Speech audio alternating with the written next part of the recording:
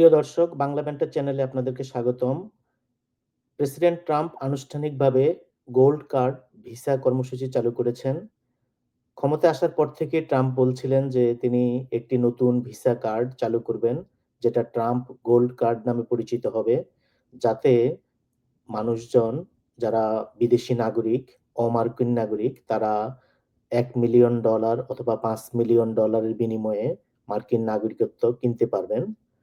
তো সেটা তিনি করে ফেলেছেন গতকালকে, অর্থাৎ 10 ডিসেম্বর 2025 সালে ট্রাম্প মার্কিন নাগরিকত্ব নেওয়ার জন্য গোল্ড কার্ড চালু করেন, যেটা ধনী অমার্কিন নাগরিকদের যুক্তরাষ্ট্রে বসবাস ও কাজ করার জন্য দ্রুত অনুমতি পাওয়ার একটি পথ তৈরি করে দিবে। $10 লক্ষ বিনিময়ে দর্শনার্থীরা একটি ট্রাম্প গোল্ড কার্ড পেতে পারেন, যা রেকর্ড সময়ে মার্কিন যুক্তরাষ্ট্রে বসবাসের আবেদন দ্রুত নিষ্পত্তির প্রতিশ্রুতি দিবে। প্রশাসন জানিয়েছে তারা শীঘ্রই $5 মিলিয়ন একটি ট্রাম্প প্লাটিনাম কার্ডও চালু করবেন, যা দর্শনার্থীদের কিছু মার্কিন কর প্রদান এড়াতে সাহায্য করবে। ট্রাম্পের পলিসি পুরোই আমেরিকান এক্সপ্রেস ক্রেডিট কার্ডের মতো। গোল্ড কার্ড, প্লাটিনাম কার্ড ইত্যাদি সব ধরনের অপশন আছে, যার ক্রেডিট রেটিং যেরকম সেটা অ্যাফোর্ড করতে পারবে।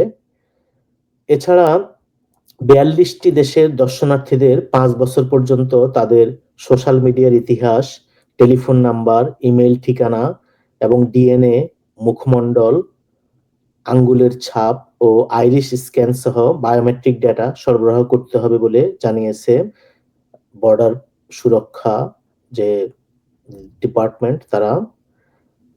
আরেকটি খবরে জানা গেছে ট্রাম্প প্রশাসন খুব সম্প্রতি মার্কিন নাগরিকত্ব পাওয়ার দ্বার প্রান্তে থাকা গ্রিন কার্ডধারীদের জানিয়েছে তাদের নাগরিকত্ব প্রদান অনুষ্ঠান বাতিল করা হয়েছে। গত সপ্তাহে বস্টনের ফ্যানিউল হলে অভিবাসীরা সারিবদ্ধ হয়ে দাঁড়িয়েছিলেন এবং যুক্তরাষ্ট্রের প্রতি যে আনুগত্যের শপথ সেটা নেওয়ার জন্য প্রস্তুত হচ্ছিলেন। তখন তাদেরকে জানানো হয় যে তারা কোন দেশের বাসিন্দা সেটা জানতে চাওয়া হয় বলে জানিয়েছে প্রজেক্ট সিটিজেনশিপ নামের একটি সংস্থা, যারা রেডিও স্টেশন WGBH কে জানিয়েছে যে কর্মকর্তারা প্রত্যেককে জিজ্ঞাসা করেছিলেন তারা কোন দেশের বাসিন্দা, এবং যদি তারা একটি নির্দিষ্ট দেশের নাম বলতেন তবে তাদের সারি থেকে সরে যেতে বলা হচ্ছিল এবং জানানো হচ্ছিল যে তাদের শপথ গ্রহণ প্রক্রিয়া বাতিল করা হয়েছে। তো দেখা যাচ্ছে যে আমেরিকাতে যারা ইমিগ্রেশন নিচ্ছে এবং বৈধভাবে 5 বছর যাবত অপেক্ষা করে শপথ নেওয়ার জন্য উপযুক্ত হচ্ছে, ঠিক সেই সময়ে তাদেরকে নাগরিকত্ব দেওয়া হচ্ছে না কোনো কারণ ছাড়াই। কারণ আমরা যা বুঝলাম যে তাদেরকে জাস্ট কোন দেশের নাগরিক তারা সেটার উপর ভিত্তি করে তাদেরকে বাদ করে দেওয়া হচ্ছে।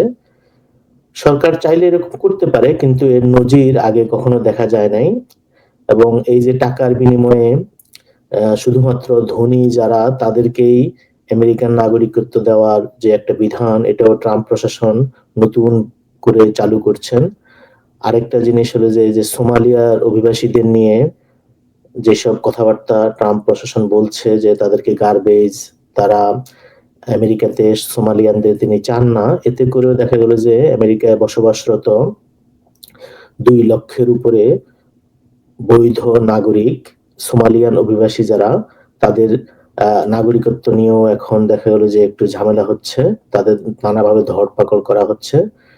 তো মোটামুটি ইমিগ্রেশন ইস্যুতে ট্রাম্প প্রশাসন খুবই শক্ত অবস্থান নিয়েছে। বাংলাদেশের ক্ষেত্রে দেখা গেল যে 31 জন বাংলাদেশি নাগরিককে রিসেন্টলি হাতকড়া পরিয়ে দেশে পাঠানো হয়েছে।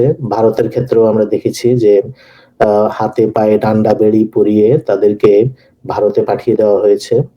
তো ট্রাম্প প্রশাসনের নির্বাচনী ওয়াদার একটা ছিল যে ইমিগ্রেশনকে কন্ট্রোল করা, ইমিগ্রেশনকে নিয়ন্ত্রণ করা।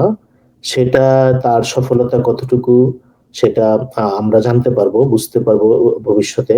কিন্তু এর মধ্যে অনেক সমালোচনা হচ্ছে, বিশেষ করে সারা দেশে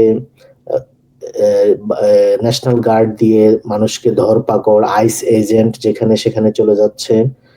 দেখা গেল যে মাইনর বাচ্চাদেরকেও হেনস্থা করতেছে, অ্যারেস্ট করতেছে, তৃতীয় দেশে পাঠিয়ে দেওয়া হচ্ছে তাদেরকে, ইত্যাদি বিভিন্ন কারণে ট্রাম্পের ইমিগ্রেশন পলিসি এখন বিভিন্ন ধরনের সমালোচনার মুখে। কিন্তু যারা ভুক্তভোগী, এই যে যারা বৈধভাবে সব রকমের নিয়ম কানুন মেনে ইমিগ্রেশনের জন্য আসলে কাজ করে আসছিল এবং ইনভেস্ট করছিল, তাদের জন্য এখন একটা খুবই খারাপ সময়।